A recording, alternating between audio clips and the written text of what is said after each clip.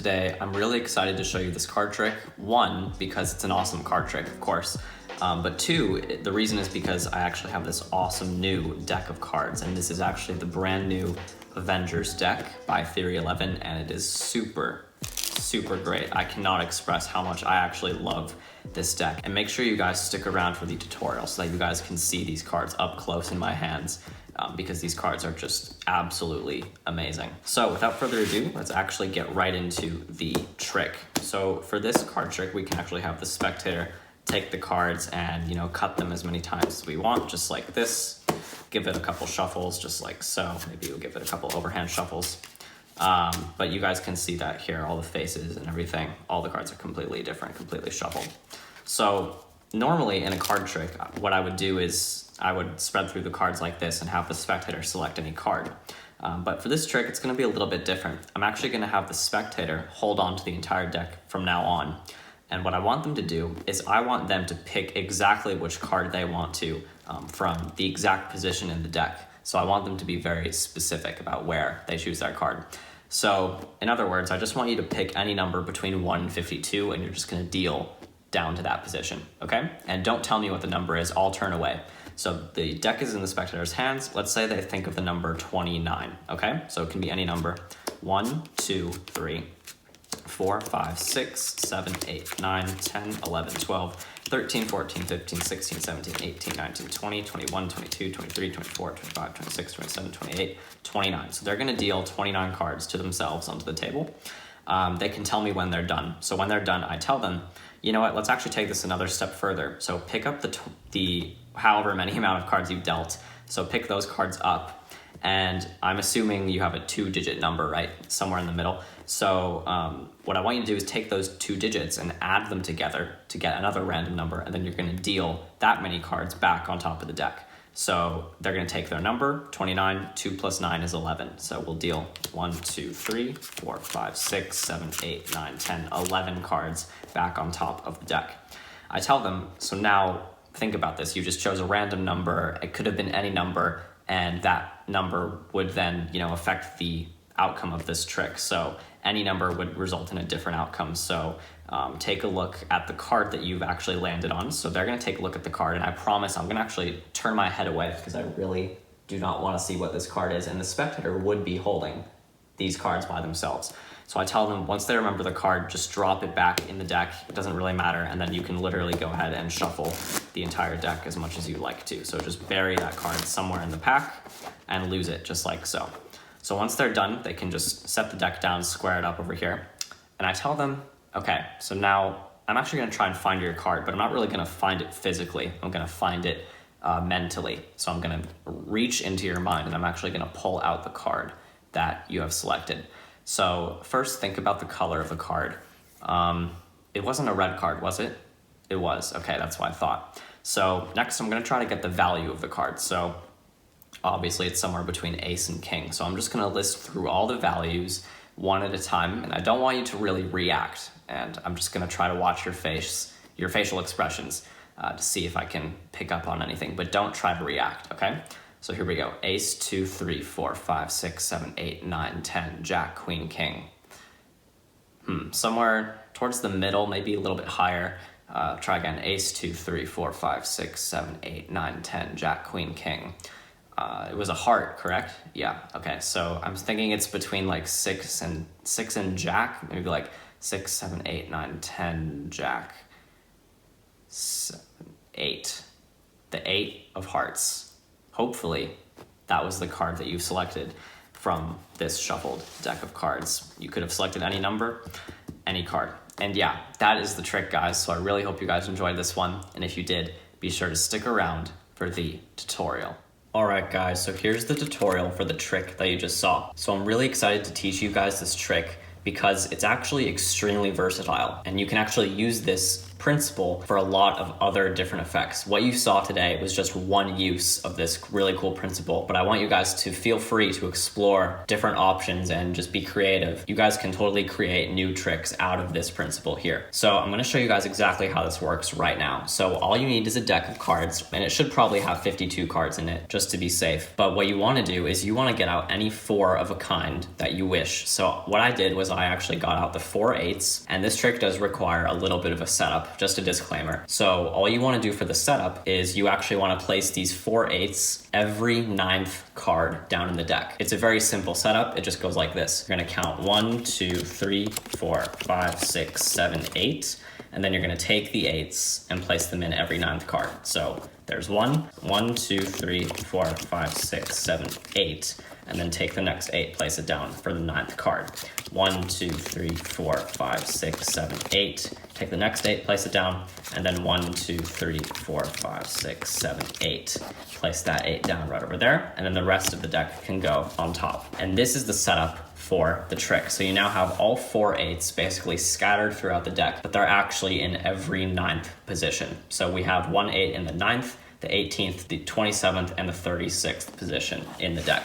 And it also doesn't really matter which order the 8s are in. Like, you don't really need to have a specific order of like clubs, hearts, spades, diamonds, or anything like that. They can be completely random. It doesn't really matter. The reason being, when you have the spectator select any number in the deck, it's actually always going to be one of the 8s in the deck. The only thing is that you actually don't know which 8 it's going to be, but you know it's going to be one of the 4 8s. And that's how this trick works. It's all just self-working math. So let's do a little bit of an example. So in the performance, what I did was I selected the number 29. This is just one of the possible numbers that they can choose in this trick. So 29, we have 2 plus 9 is 11. So what happens if you actually subtract 11 from 29? That's right, you actually get 18, which is one of the 8s in the deck. So this will actually work for any number. It'll work for every single position, the 9th, the 18th, the 27th, and the 36th. If you take literally any number between 11 and 52, it should work out. So how to basically start this trick is you want to note what the bottom card is as well. So you can actually set down a card here on purpose so that you can remember it.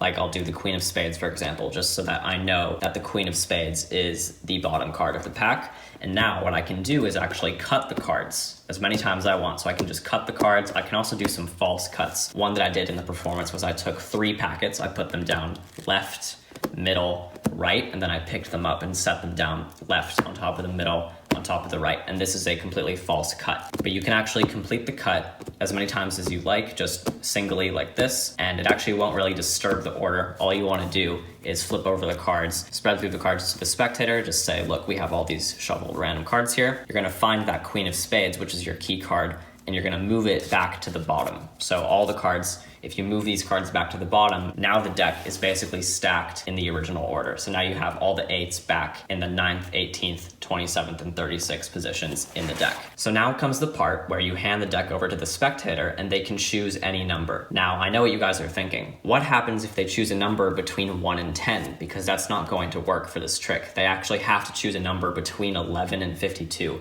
Those are the only numbers that make it work. Well, here's one thing that I actually like to do to make sure that they don't choose one of these top few cards here. So what I'll do is I'll actually spread off maybe 5 or 6 cards here, and I'll tell the spectator, I want you to choose any number in the deck, but don't make it too high up in the deck because, you know, I could have potentially memorized one of these cards. So don't make it that easy for me. Make sure you go pretty far down in the deck, somewhere in the middle, somewhere where it's a little bit difficult for me to find out. And that's just a really nice subtlety because it sort of forces the spectator to go past 10 cards at least. So let's do an example here. Let's say they choose the number, I don't know, 22. Okay, so they can choose any number. Let's do 1, 2, 3, 4, 5, 6, 7, 8, 9, 10, 11, 12, 13, 14, 15, 16, 17, 18, 19, 20, 21, and 22.